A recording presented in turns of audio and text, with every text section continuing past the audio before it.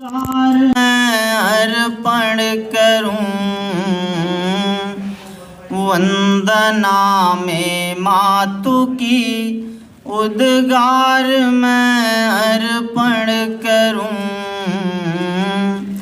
शब्द सुमनों से हृदय के भाव से अर्चन करूं। शांति इतनी हो समूचे सृष्टि में मुस्कान हो, सबके मन में एक दूजे के लिए सम्मान हो।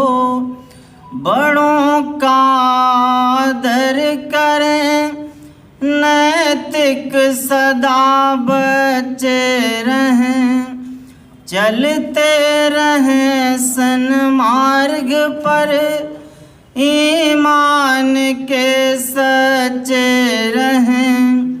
शुद्ध सात्विक भाव से पुरखों का मैं तर्पण करूं वंदना में मातु की, उद्गार मैं अर्पण करूं। मोह माया त्याग कर हम राष्ट्र का वंदन करें, मोह माया त्याग कर हम राष्ट्र का वंदन करें। मन प्रफुल्लित हो सभी का, नेह से चंदन करें। उस चमकती सीप जैसी भाग्य की रेखा सदा, भावना के सिंधु में चिंतन की भर दो संपदा। सत्य का हो बोध जिसमें मन को वह दर्पण करूं, सत्य का हो बोध जिसमें मन को वह दर्पण करूं वंदना में मातु की, उद्गार मैं अर्पण करूं शब्द सुमनों से हृदय के भाव से अर्चन करूं। बहुत बहुत धन्यवाद। में संवर कर छंद हो जाए। हमारे बीच में सब नवयुवक बैठे हैं, सब हमसे उम्र में छोटे हैं। तब आप सबके लिए मैं प्रार्थना करता हूँ परवाले से कि हे प्रभु, उठे जो भाव इस दिल में संवर कर छंद हो जाए, लगे करने कली मामा प्रबल मकरंद हो जाए। उठे जो भाव इस दिल में संवर कर छंद हो जाए, लगे करने कली मामा प्रबल मकरंद हो जाए। करोड़ों करोड़ों करोड़ों देवताओं से बिने है देश की खातिर, करोड़ों देवताओं से बिने है देश की खातिर कृपा कर दो कि हर बच्चा विवेकानंद हो जाए, कृपा कर दो कि हर बच्चा विवेकानंद हो जाए। और चार पंक्तियाँ प्रार्थना करता हूँ कि स्वरों में फिर प्रार्थना चार पंक्तियाँ पढ़ता हूँ और लगे कि प्रार्थना अपने उद्धार के लिए नहीं बल्कि देश के लिए होनी चाहिए। तब एक पंक्तियाँ पढ़ता हूँ कि हे प्रभु, स्वरों में धार आए तो धरा की शान बन जाए, स्वरों में धार आए तो धरा की शान बन जाए। कभी जय गीत बन जाए, कभी जयगान बन जाए। हमारी कल्पना की तूलिका से रंग जब निकले, हमारी कल्पना की तूलिका से रंग जब निकले, धराम्बर के बीचों बीच हिंदुस्तान बन जाए, धराम्बर के बीचों बीच हिंदुस्तान बन जाए। और जब ऐसी भावना वाले लोग आ जाएं, तब उनके सामने क्या संकल्प होना चाहिए। एक संकल्प आपके बीच में रखता हूं कि सदा तस्वीर भारत माँ के अपने दिल में रखते हैं, सदा तस्वीर भारत माँ के अपने दिल में रखते हैं। कथन चोरी तथा चुपके नहीं महफिल में रखते हैं। दो चीज़ें होती हैं, भक्ति, दूसरी देशभक्ति। भक्ति छुपा की जा सकती है, लेकिन देशभक्ति के लिए दिखाना पड़ता है कि ये हमारी देशभक्ति है। सदा तस्वीर भारत माँ के अपने दिल में रखते हैं, कथन चोरी तथा चुपके नहीं महफिल में रखते हैं। मोहब्बत हिंद से हमको कितनी कैसे बतलाएं, हम अपनी जान तो कश्मीर व करगिल में रखते हैं, अपनी जान तो कश्मीर व करगिल में रखते हैं, अपनी जान तो कश्मीर व करगिल में रखते हैं। चलिए, आप लोगों का साथ मिल रहा है तो सरदार उधम सिंह को श्रद्धांजलि स्वरूप उनके एक इतिहास की घटना से आपको जोड़ते हैं। उस घटना के बारे में सभी लोग जानते हैं, जलियांवाला बाग।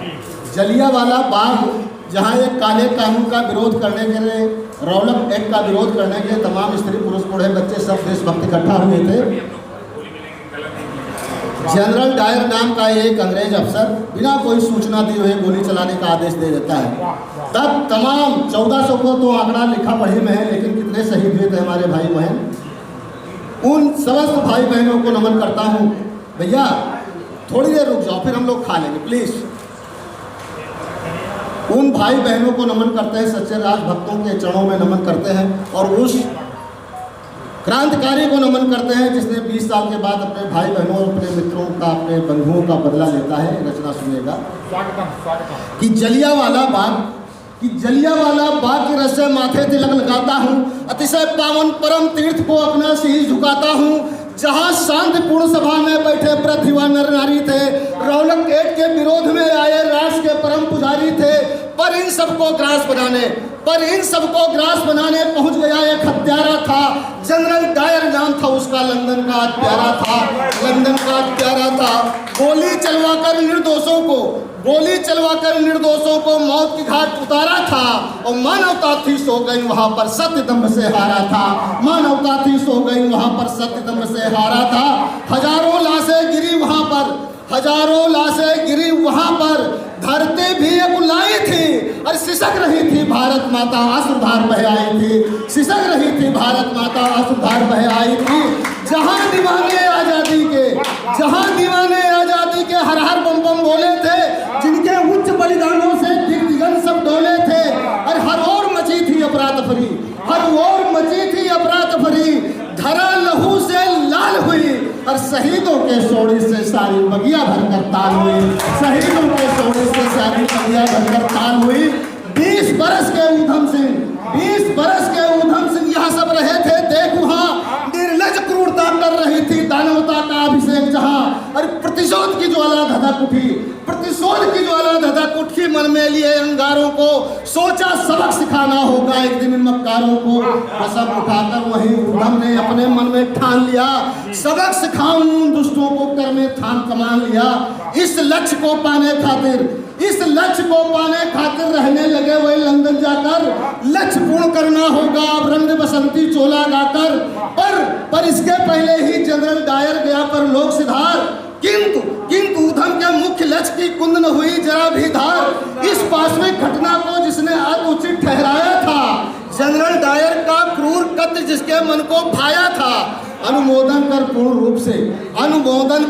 रूप से जिसने खूब सराहा था, भले ही हर भारतवासी रोया और कराहा था। कौन था?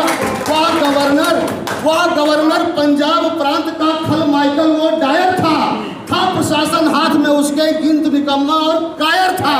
इस पूरे घटनाक्रम का वह मुख्य रूप से दोषी था, जिसकी कृपा पाकर ही जनरल डायर हुआ परतोषी था। अब जो पढ़ने जा रहा हूं मित्रों, अगर आपको लगे मैंने उस शहीद के चरणों में सच्चे अर्थों में नमन किया है, आदरणीय त्रिपाठी जी सुनिएगा, तब मैं कहना चाहता हूं कि 13 मार्च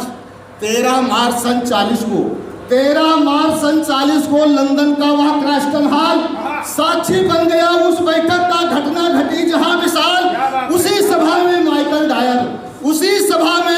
डायर भाषण देकर बैठा था और सत्ता की चकाचौंध से अपने धुन में ऐठा था। तभी एक पिस्तौल गुर्राकर और धड़ाम से उगली अपनी गोली, और जो धसकर माइकल के सीने में भारत माँ की जय बोली, जो धसकर माइकल के सीने में भारत माँ की जय बोली, भारत माता की जो धसकर माइकल के सीने में भारत माँ की जय बोली। दूसरी गोली निकल से उसका सीना फाड़ दिया। रंग दे बसंती चोला के संग वंदे मातरम गान किया। बेटा एक फोटो ले लेना, फेसबुक पे डालेंगे। ले लिया? वंदे मातरम गान किया। घुसकर दुश्मन के ही घर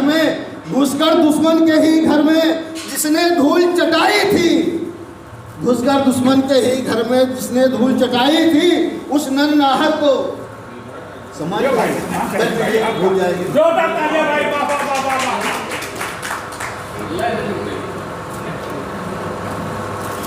जय हो, बहुत बहुत जय हो, बहुत बहुत श्रद्धांजलि भाई। अंतिम पंक्तियां दो। स्वागतम। उस महाबलिदानी के चरणों में, उस महाबलिदानी के चरणों में सत सत शीश नवाता हूँ। जय हो नित भारत माँ की। मैं गीत क्रांत के गाता हूँ, मैं गीत क्रांत के गाता हूँ, मैं गीत क्रांत के गाता हूँ। बहुत बहुत धन्यवाद, बहुत बहुत आभार। होली की आप सभी को हृदयाचल से शुभकामनाएं।